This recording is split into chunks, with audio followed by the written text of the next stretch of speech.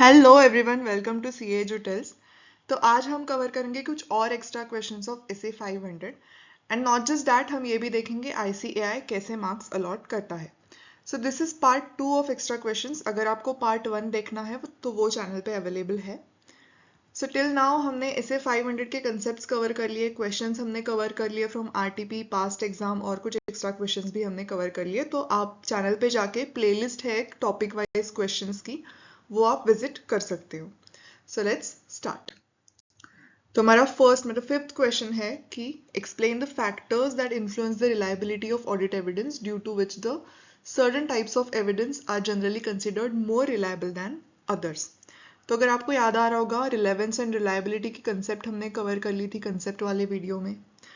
सो अगर ये क्वेश्चन आता है आपको 5 मार्क के लिए तो इसका आंसर देखते हैं। तो डायरेक्ट क्वेश्चन है, तो हर एक पॉइंट के लिए एक एक मार्क यहाँ पे रहेगा। ठीक है, हमने ये भी देखा था यहाँ पे रिलायबिलिटी वाले जो भी पॉइंट्स थे वो कैसे याद करने, वो कंसेप्ट वाले वीडियो में हमने देख लिया था, है ना, लॉजिक उसका देख लिया था। तो ऐसे 500 आपने आइडेंटिफाई करना है पहले ऑडिट एविडेंस।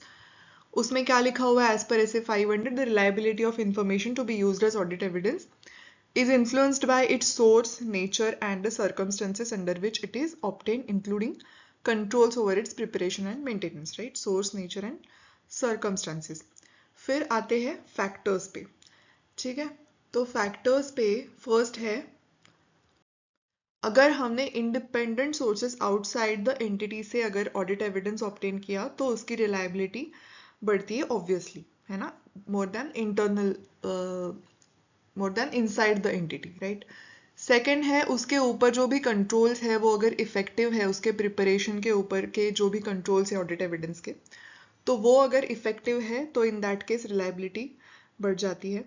फिर थर्ड पॉइंट था कि अगर ऑडिट एविडेंस ऑडिटर ने डायरेक्टली ऑब्टेन किया, for example observation of the application of the control is more reliable than the audit evidence obtained indirectly or by inference, for example inquiry about the application of the control. So directly obtain करने से reliability बढ़ जाती है। उसके बाद होता है जो ऑडिट एविडेंस डॉक्यूमेंट्री फॉर्म में होता है, पेपर, इलेक्ट्रॉनिक और other medium, it is more reliable than evidence obtain orally, right. And fifth point है, जो भी ओरिजिनल डॉक्यूमेंट्स होते हैं वो ज्यादा रिलायबल होते हैं then those provided by the photocopies, facsimiles and documents that have been filmed, digitized or otherwise transformed into electronic form, क्योंकि उसकी reliability depend करती है उसके controls पे, जो which is over their preparation and maintenance, है ना। तो इसको हमने याद कैसे रखा था, आपको अगर वो concept वाला वीडियो याद आ रहा है तो हमें एक बैंक बैलेंस कंफर्म करना था, मतलब बैंक बैलेंस का ऑडिट हमें करना था और हमें लग रहा था कि उसमें ज्यादा रिस्क है तो ज्यादा गड़बड़ है ना। तो फिर क्यों गड़बड़ थी, क्योंकि कंट्रोल्स वीक थे, है ना। हमारा सेकंड पॉइंट यहाँ पे है, कंट्रोल्स वीक थे। तो आपने क्या किया, आप खुद गए वहां पे, आप सीए हो, आप खुद गए वहां पे, आपने अपने आर्टिकल्स को नहीं भेजा ऑडिट एविडेंस ऑब्टेन करने के लिए, है ना। तो डायरेक्टली आपने ऑब्टेन करने का सोचा ऑडिट एविडेंस, तो अपना थर्ड पॉइंट यहाँ पे हो गया। उसके बाद क्या है, मैनेजमेंट ने आपको वो बैंक बैलेंस आपको ओरली बता दिया कि हमारे पास इतना इतना बैंक बैलेंस है ना। तो ओरली आपको अगर बताया तो वो ज़्यादा इफेक्टिव मतलब रिलायबल नहीं होता कंट्रोल, आपको डॉक्यूमेंटेड फॉर्म में चाहिए ना। आपका फोर्थ पॉइंट यहाँ पे है डॉक्यूमेंटेड फॉर्म में, तो आपने वो डॉक्यूमेंटरी फॉर्म में उनके पास एविडेंस मांगा। फिर उन्होंने क्या दिया आपको, बैंक कंफर्मेशन की फोटो कॉपी दी, है ना, अपना फिफ्थ पॉइंट जो है। तो आपने क्या किया, ओरिजिनल डॉक्यूमेंट मांगा उनसे कि मुझे ओरिजिनल डॉक्यूमेंट ही चाहिए, ठीक है। और बैंक कंफर्मेशन आपने लिया इसलिए वो independent outside the independent sources outside the entity से, डायरेक्टली बैंक से आपने बैंक कंफर्मेशन लिया था, तो इसलिए आपका फर्स्ट पॉइंट यहाँ पे कवर हो गया। और आपने फिर फोटोकॉपी नहीं एक्सेप्ट की, आपने ओरिजिनल डॉक्यूमेंट्स एक्सेप्ट किए, तो इसलिए आपका यहाँ पे फिफ्थ पॉइंट भी कवर हो गया, ठीक है। तो आप ऐसे इसको याद कर सकते हो। Now let's move to next question, question number 6। अब यहाँ पे इन्होंने डायरेक्टली दे दिया, SA 500 audit evidence recognises that the auditor may adopt different approaches when selecting the items for testing. There are circumstances where the auditor may decide to examine all items in the population 100% testing, or in other cases it may be more appropriate to select specific items. तो आपको क्या करना है, comment with reference to these circumstances. मान लो ये 4 mark के लिए आपको क्वेश्चन आ गया, ठीक है। इसका आंसर क्या है अब, कि ऑडिटर जो है ही कैन डिसाइड, आपको अगर याद आ रहा होगा हमने लास्ट पार्ट में ये कवर किया था कि ऑडिटर कैसे आइटम सिलेक्ट करता है फॉर टेस्टिंग, है ना। तो ऑडिटर में डिसाइड टू सिलेक्ट 100% और specific items depending on understanding of the entity, assessed risk of material misstatement, and the characteristics of the population being tested. तो examining 100% items मतलब all items, ये कब होता है? तो ये तब होता है जब there are small number of large value items, है ना, बहुत कम आइटम्स है बट लार्ज वैल्यू है, इसलिए ऑडिटर सारे के सारे टेस्ट करता है. फिर there is a significant risk और other means do not provide the sufficient appropriate audit evidence. और तीसरा है अगर repetitive nature of calculations involve है, जो कि, और या तो फिर कोई अगर ऐसी प्रोसेस है जो ऑटोमेटिकली परफॉर्म होती है, performed automatically by the information system, it makes a 100% examination cost effective. ठीक है, तो ये आपने पॉइंट्स लिख दिए यहाँ पे. 100% आपको दो टाइप के टेस्टिंग्स कवर करने हैं यहाँ पे. एक हो गया 100% टेस्टिंग, इतना लिख दिया आपने, 2 मार्क्स आपके यहाँ पे मिल जाएंगे. उसके बाद दूसरा उन्होंने पूछा था सिलेक्शन ऑफ स्पेसिफिक आइटम्स.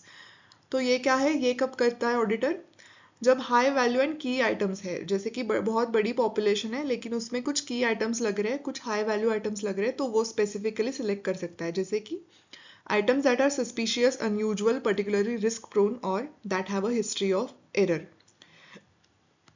उसके बाद all items over a certain amount, तो एक अमाउंट कोई ऑडिटर डिसाइड कर सकता है और उसके ऊपर के सारे बैलेंसेस ऑडिटर चेक कर सकता है. और तीसरा जो है वो items to obtain the information, जैसे कि ऑडिटर को सपोज कोई इंफॉर्मेशन चाहिए regarding the nature of the entity और नेचर ऑफ द ट्रांजैक्शन, तो इन दैट केस ऑडिटर कुछ स्पेसिफिक आइटम सिलेक्ट करके वो इन्फॉर्मेशन ले सकता है. तो in these cases auditor specific item select कर सकता है. तो ये आपने इतना लिख दिया, आपको 2 मार्क्स यहाँ पे मिल जाएंगे. तो 2 मार्क्स फॉर ईच प्रोसीजर्स ऐसे यहाँ पे हो जाएगा. लेकिन अगर सपोज 5 मार्क्स के लिए क्वेश्चन आता है तो 2.5 मार्क रहेगा. ठीक है, तो in that way. So let's move further. Question number 7. अभी ये एक अच्छा क्वेश्चन है, पढ़ते हैं एक बार.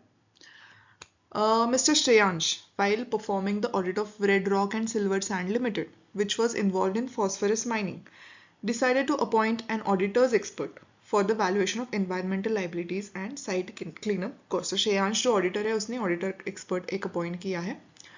अब जो entity है Red Rock and Silver Sand Limited, उन्होंने क्या किया, उन्होंने re-appoint किया है Mr. Sheetal as an independent expert for this engagement.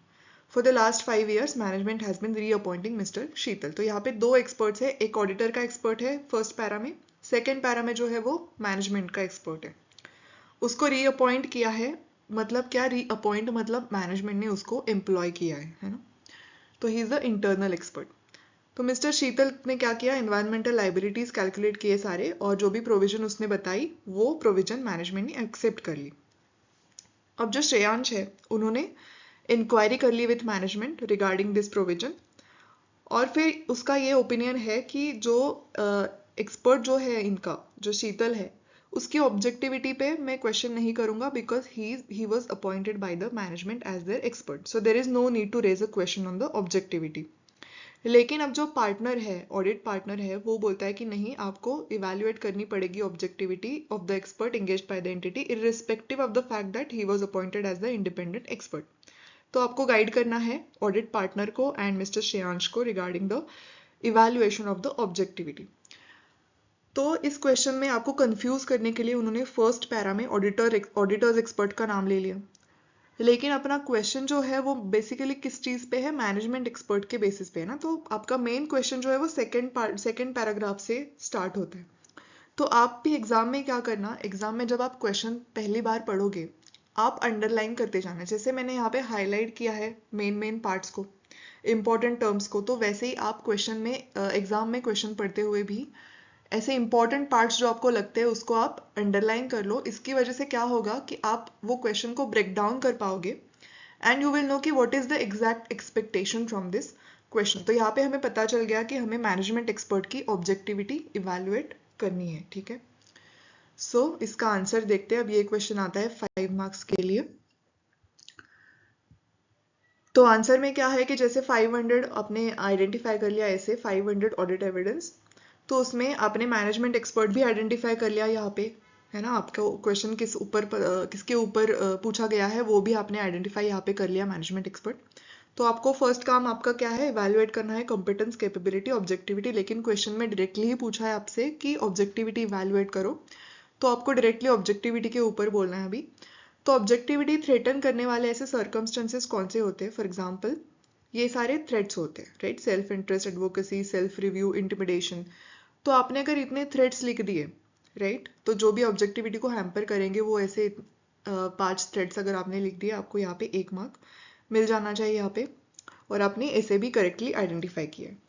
अब थ्रेट्स जब आइडेंटिफाई करते हो उसके बाद आते हैं सेफगार्ड्स। तो सेफगार्ड्स कौन कौन से होते हैं? तो दोज में be created by the external structures, for example the management experts, profession, legislation और रेगुलेशन। जैसे अपने ICAI ने कुछ प्रोफेशनल एथिक्स बनाए गए हैं, वैसे ही उस एक्सपर्ट के भी लेजिस्लेशन ने, रेगुलेशन ने, जिसके अंडर वो रजिस्टर्ड है, तो उन्होंने भी कोई ऐसे एथिक्स बनाए होंगे, कोई ऐसे रूल्स बनाए होंगे, तो वो हो गए एक्सटर्नल स्ट्रक्चर्स। और by management experts work environment, for example quality control policies and procedures. मतलब उसके वो शायद अगर फर्म का एक पर्सन है, मतलब फर्म को अगर अपॉइंट किया मान लो, तो उसके कुछ क्वालिटी कंट्रोल पॉलिसी प्रोसीजर्स होते हैं, जैसे हमारे CA फर्म के होते हैं।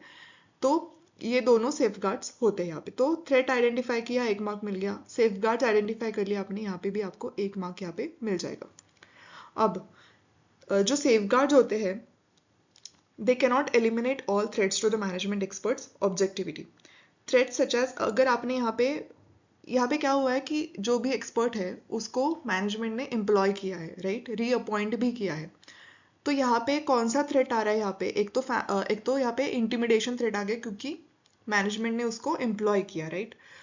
तो आपने यहाँ पे अगर थ्रेट आइडेंटिफाई किया कौन सा है, तो इन दैट केस आपको यहाँ पे भी 1 मार्क उसके लिए मिल जाएगा, है ना। तो although safeguards can not eliminate all the threats such as intimidation threats may be of less significance to the expert engaged by the entity than to the expert employed by the entity. Obviously employee को ज़्यादा threat रहेगा ये। And the effectiveness of safeguards such as quality control policies and procedures may be greater. अगर बाहर का कोई expert है तो उसके कुछ quality control policies रहेंगे, उसके ऊपर management intimidate नहीं कर सकता क्योंकि वो बाहर से आया है, right?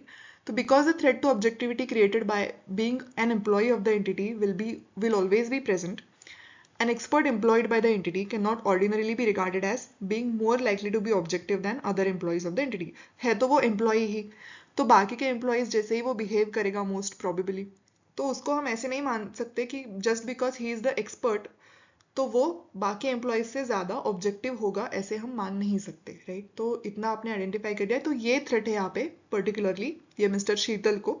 So for that you have 1 mark here. Now आगे बढ़ते हैं। अब थ्रेड तो आइडेंटिफाई कर लिया, तो अब इवेल्युएट कैसे करेंगे हम ऑब्जेक्टिविटी, जो क्वेश्चन में एक्चुअली पूछा है। तो हम डिस्कस करेंगे with management, with the expert.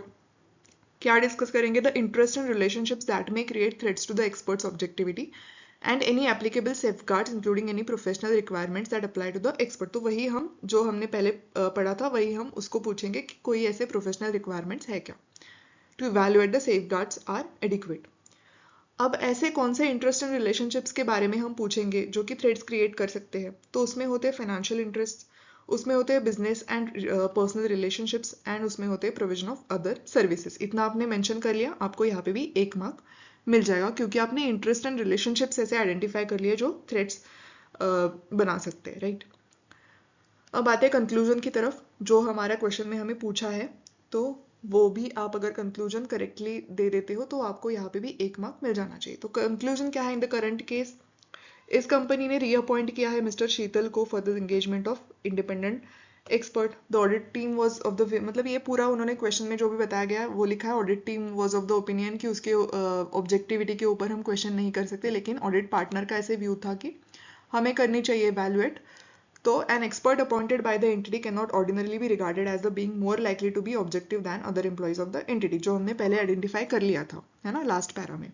तो वही हमें यहाँ पे एज अ कंक्लूजन लिखना है, and that's why the audit partner is of the correct view. तो यहाँ पे आपने कंक्लूजन अगर करेक्टली मेंशन किया, आपको यहाँ पे भी 1 मार्क मिल जाएगा, ठीक है। तो आप अगर देखोगे कि तो सारे आंसर्स में मैंने जो जो भी कीवर्ड्स है, जो जो भी इंपॉर्टेंट पॉइंट्स है, तो वो मैंने हाईलाइट करके रखे। तो आप भी एग्जाम में, तो वो इजी हो रहा है ना पढ़ने के लिए, तो आप भी एग्जाम में वैसे करो। आप हाईलाइट नहीं कर सकते तो आप अंडरलाइन करो कीवर्ड्स को, है ना, बोल्ड, मतलब थोड़ा सा अंडरलाइन करके उसमें थोड़ा स्पेस रख के आप क्वेश्चन का आंसर लिखो। थोड़े पैराग्राफ्स बना के लिखो, जैसे मैंने यहाँ पे लिखा है ना। तो जैसे आपका ये प्रोविजन ऑफ अदर सर्विसेज वाला पैरा खत्म होता है, आप चाहे तो एक लाइन छोड़ दो बीच में और फिर कंक्लूजन लिखो। कंक्लूजन में भी वहाँ पे जैसे ही मैंने पैराग्राफ किए, जैसे कि फर्स्ट पॉइंट था कि ऑडिट टीम क्या कह रही थी, उसके बाद का पॉइंट था कि पार्टनर क्या कह रहा था, है ना, एंड एंड में अपना कंक्लूजन आ गया। तो वैसे आप पैराग्राफ्स बना के लिखो, right. So if you want the model answers handwritten so that you will know how to write in the exam, how it will actually look on the paper, let me know in the comments and I can provide the actual handwritten model answers on our Telegram channel. Yes. So here we cover the important extra questions of essay 500, and if you refer all the question videos of essay 500 on the channel, you will know कि सारे के सारे concepts जो भी essay 500 में है वो हमने cover कर लिए through the questions. So thank you so much for staying with me till the end, and also do subscribe to CA Tutors for concept wise videos, revision and last day revision videos for quick revisions before exam, and for questions covered from RTP, MTP, past exam and extra questions. So stay tuned and see you in the next video. Till then, bye bye.